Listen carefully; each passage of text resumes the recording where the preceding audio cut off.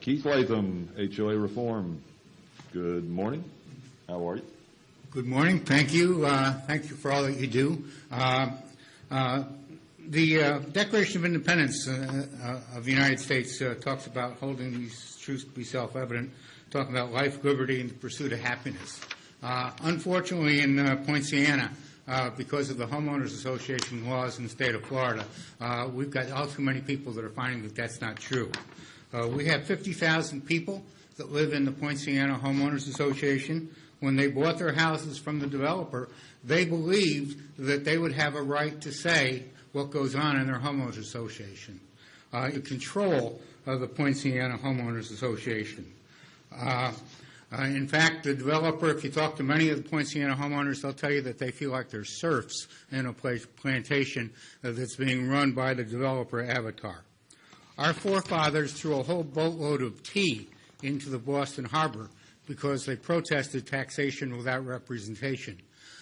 Although Poinciana is a privately run HOA, it is in essence a tax. The state allows the Poinciana HOA to take money from each of the homeowners and forces the homeowners to pay that money. If they're late paying that money, if they don't pay the money, the state allows them to foreclose on their homes. And in fact, that happens to thousands of Poinciana homeowners when they face foreclosure process initiated by the lawyer who works for the HOA, who was hired to be the debt collection agency for the HOA. All of this is allowed, and all of it is legal because of the fact that we don't have teeth in our HOA laws in the state of Florida. Newspaper articles that have been written recently about Poinciana tell the entire story. Poinciana HOA elections are compared to elections in banana republics. At great personal expense, the Poinciana homeowners took issue with the way elections had been run and filed a complaint with the DPPR. DPPR is allowed by the Florida legislature or by the Florida law to enforce with mandatory binding arbitration election disputes. DPPR came down on the side of the Poinciana homeowners, didn't make any difference to the Poinciana HOA. They and the developer colluded to go to the 10th District Circuit Court in Florida to come up with a court ruling that is being protested right now at the expense of the Poinciana homeowners under civil litigation. The Poinciana homeowners have been to this delegation before. We asked you for home rule by allowing us to vote on a municipality, and you denied that. We asked for HOA reform, and that hasn't happened. We asked for a local bill to take care of this. That hasn't happened. The situation stinks, and quite frankly, only the Florida legislature, you guys, can fix that problem. The United States is a nation based on the foundation of the rule of law. Through hard work and much expenditure of private money on the part of the Poinciana homeowners, they will prevail and they will win these lawsuits. We've spent over $80,000 so far in lawsuits taking on the Poinciana HOA.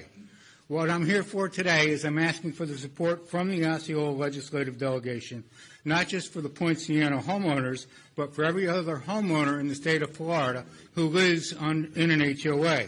Please pass meaningful HOA reform legislation in the upcoming legislative session to protect the homeowners against developers so that no other community in the state of Florida has to go through what the people of Poinciana had to go through for the last 44 years with our homeowners association. I thank you. If you have any questions, I'll be happy to answer. Representative LaRosa.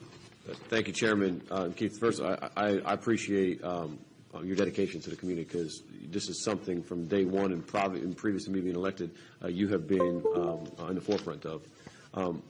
I've decided in the way I've analyzed this, I have passed HOA legislation before. I've proposed a reform of HOAs, and I've come in with strategic bills that specifically addressed issues, in which I found that is the most effective, and it has gotten me the furthest to help the issues specifically in Poinciana. One of the issues that I find most disturbing is the ability for your HOA fees that are delinquent to be sold and then quickly foreclosed upon.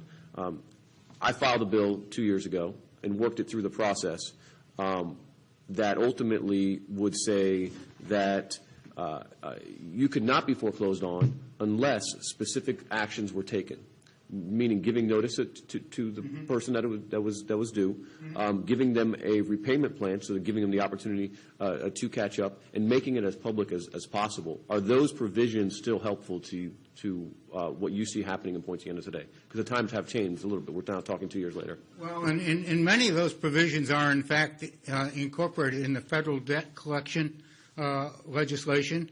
The problem that we get into, and it's really the problem, the gist of the whole problem of Poinciana, is that the only enforcement capability that Florida offers for HOA laws is civil litigation.